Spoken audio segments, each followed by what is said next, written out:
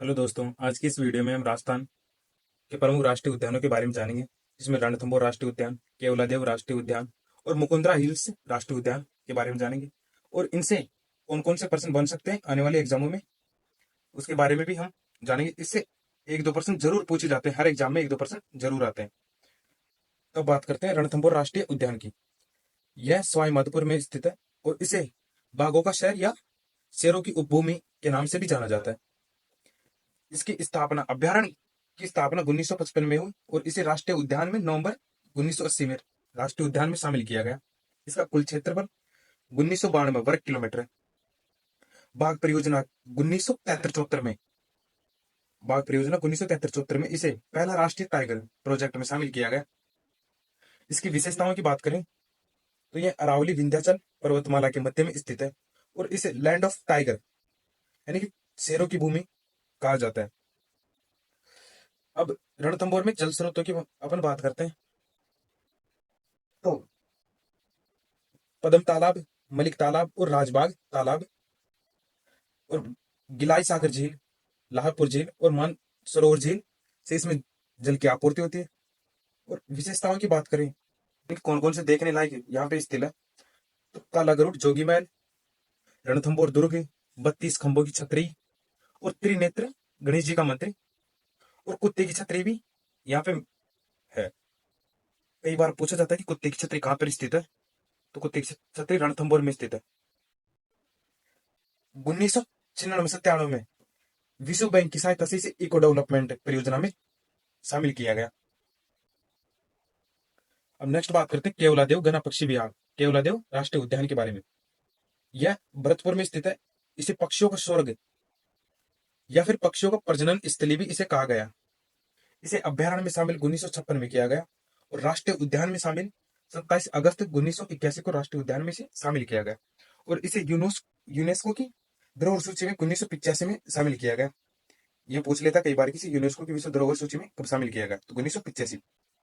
इसका क्षेत्रफल 28.73 वर्ग किलोमीटर है, जो कि क्षेत्रफल की दृष्टि से सबसे छोटा राष्ट्रीय उद्यान है। स्विट्जरलैंड की झीलों के आधार पर इसका निर्माण किया गया। इसे पाइथन पॉइंट के नाम से भी जाना जाता है। ये कई बार पूछ लेता है कि इसे पाइथन पॉइंट के नाम से किसे जाना जाता है, तो केवलादेव राष्ट्रीय उद्यान को। इसकी विशेषताओं की बात करें तो पक्षी वैज्ञानिक डॉक्टर सलीम अली की कलम कर्मस्थली रही है। यहाँ का मुख्य मुख्य पक्षी साइबेरियन सारस है, जो कि अक्टूबर नवंबर माह में आते हैं और फरवरी मार्च में चले जाते हैं। अक्टूबर नवंबर माह में आते हैं और फरवरी मार्च में चले जाते हैं, क्योंकि यहाँ पे एक विशेष प्रकार की घास पाई जाती है। कौन सी? कुटुक कुट्टू घास पाई जाती है। यहाँ पे कुट्टू घास पाई जाती है, जिसके लिए आते हैं। और राजस्थान का दूसरा सबसे पक्षी राज्य का दूसरा सरप उद्यान है। पहला कहाँ है? पहला कोटा में स्थित है। और केवला देवगना पक्षी विहार में जल की आपूर्ति की हम नदियों की बात करें तो काकुंदी, गंभीरी और बाणगंगा नदी से, और बांधों की बात करें तो अजान बांध, पांचना बांध और गोवर्धन बांध से यहाँ पे जल की आपूर्ति होती है। अब तीसरे उद्यान की बात करें, मुकुंदरा हिल्स राष्ट्रीय उद्यान। इसका विस्तार कोटा, झालावाड़, बूंदी और चित्तौड़गढ़ तक है। राष्ट्रीय उद्यान की घोषणा 9 जनवरी 2012 को हुई। इसका क्षेत्रफल 273 वर्ग किलोमीटर है। बाघ परियोजना में चयन इसको 2013 में किया गया, अप्रैल 2013 में किया गया। और इसे बाघ परियोजना में अप्रैल 2013 में चयन करके इसके राजस्थान का तीसरा टाइगर रिजर्व बनाया गया। पहला टाइगर रिजर्व रणथंभौर, दूसरा सरिस्का और तीसरा मुकुंदरा हिल्स राष्ट्रीय उद्यान है। अब आकर्षण की बात करें तो इसमें बाघों की संख्या बहुत कम है और गागरोणी तोता यहाँ पे पाया जाता है। कौन सा तोता? गागरोणी तोता। और इसके अलावा तेंदुआ, जंगली सुअर, लकड़बग्गा, हिरण, भेड़िया आदि भी यहाँ पे पाए जाते हैं। और यहाँ पे घड़ियालों की संख्या अधिक है। घड़ियाल और सारस की संख्या यहाँ पे अधिक है। जल स्रोत की बात करें तो मुकुंदरा में जल स्रोत कहाँ से आता है, तो उत्तर पश्चिम में चंबल नदी, पूर्व में काली सिंध नदी और दक्षिण में आहू नदी से यहाँ पे जल की आपूर्ति होती है।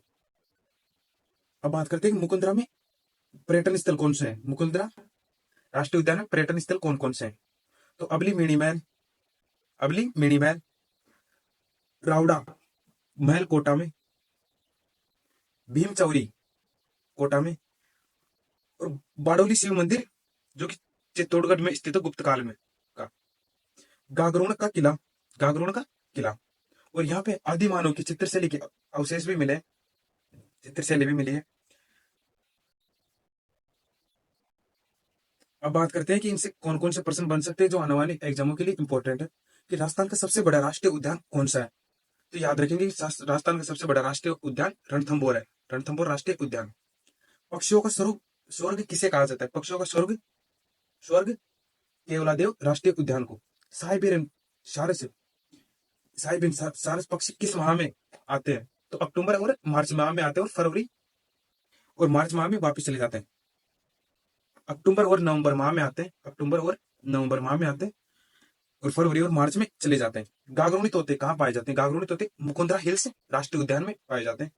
इको डेवलपमेंट परियोजना किस राष्ट्रीय उद्यान में लागू हुई, तो रणथंभौर 1956-57 में, 1996-97 में।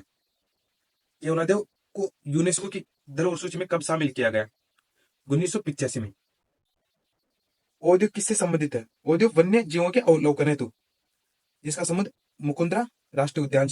इससे पिछली वाली वीडियो में हमने राजस्थान के नवीनतम पदाधिकारियों के बारे में बताया जो जुलाई में अपडेटेड हुए हैं।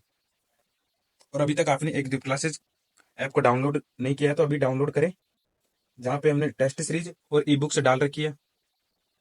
Thank you.